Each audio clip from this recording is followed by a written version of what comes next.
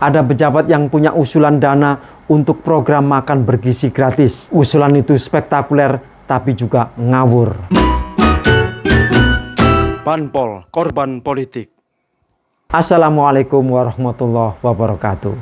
Saya Ki Ewes, petugas rakyat, menemui kembali Anda yang sama-sama rakyat. Saudara-saudaraku sebangsa dan setanah air. Pemerintahan Prabowo lagi pusing tujuh keliling untuk cari dana buat program andalannya, yaitu makan bergizi gratis atau MBG. Emangnya berapa sih anggaran yang dibutuhkan untuk menjalankan program ini? Menurut Menteri Koordinator Bidang Pangan Zulkifli Hasan, program MBG memerlukan dana sebesar 71 triliun rupiah. Itu cukup sampai bulan Juni besok loh ya. Lah kalau sampai akhir tahun 2025, dana yang dibutuhkan sebesar 420 triliun rupiah.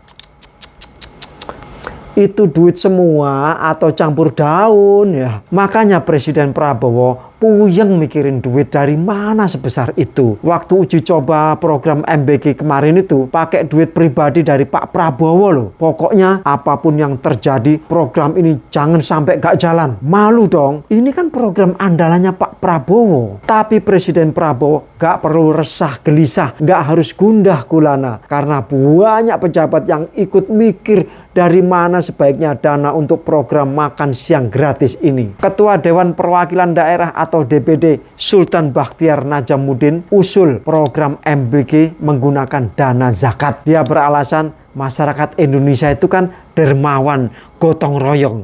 Nah, kenapa nggak justru kita manfaatkan juga katanya?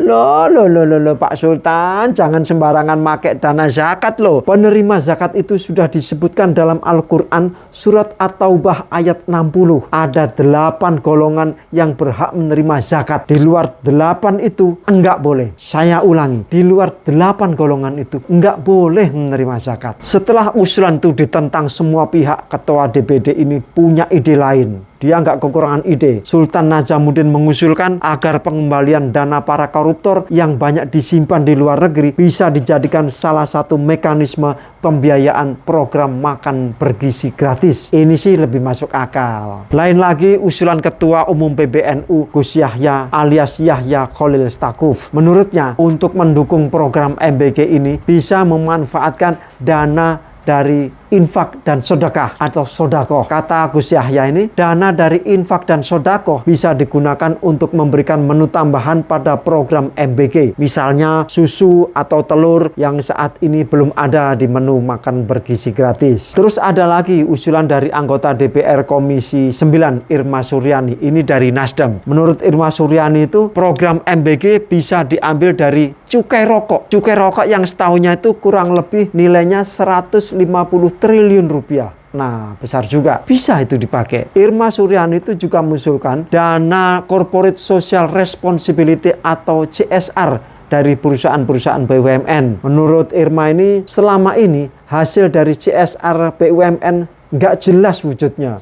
Apa maksudnya? Nggak jelas wujudnya. Usulan yang beda lagi dikeluarkan oleh Gubernur Jawa Timur terpilih Khofifah Indar Parawansa. Dia sampaikan usulan ini langsung ke Presiden Prabowo. Program MBG ini bisa dibantu dengan APBD, kata Khofifah. Bahkan Khofifah ini yakin banyak kepala daerah yang tidak keberatan membantu pemerintah pusat dalam menyukseskan program makan bergizi gratis ini. Dengan catatan sesuai kemampuan dengan daerah masing-masing. Usulan Khofifah ini kelihatannya yang paling gasken. Digaskan, gas, kata Menteri Dalam Negeri Tito Karnavian. Pemerintah daerah ikut patungan 5 triliun rupiah untuk membiayai makan bergizi gratis ini. Semuanya triliun-triliun.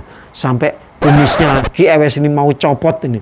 Karena dengarnya triliun, gak ada miliar-miliaran itu. Tapi gini, saudara-saudaraku sebangsa dan setanah air, usulan-usulan itu kita terus jadi berpikir. Kita jadi tahu betapa kreatifnya ya para pejabat kita ini. Kalau soal gali menggali dana, kalau soal cari mencari dana ini, kita sih sebagai rakyat jelantah ini setuju aja dengan usulan-usulan baik itu, setuju aja asal yang baik ya. Dan ada lagi satu syarat.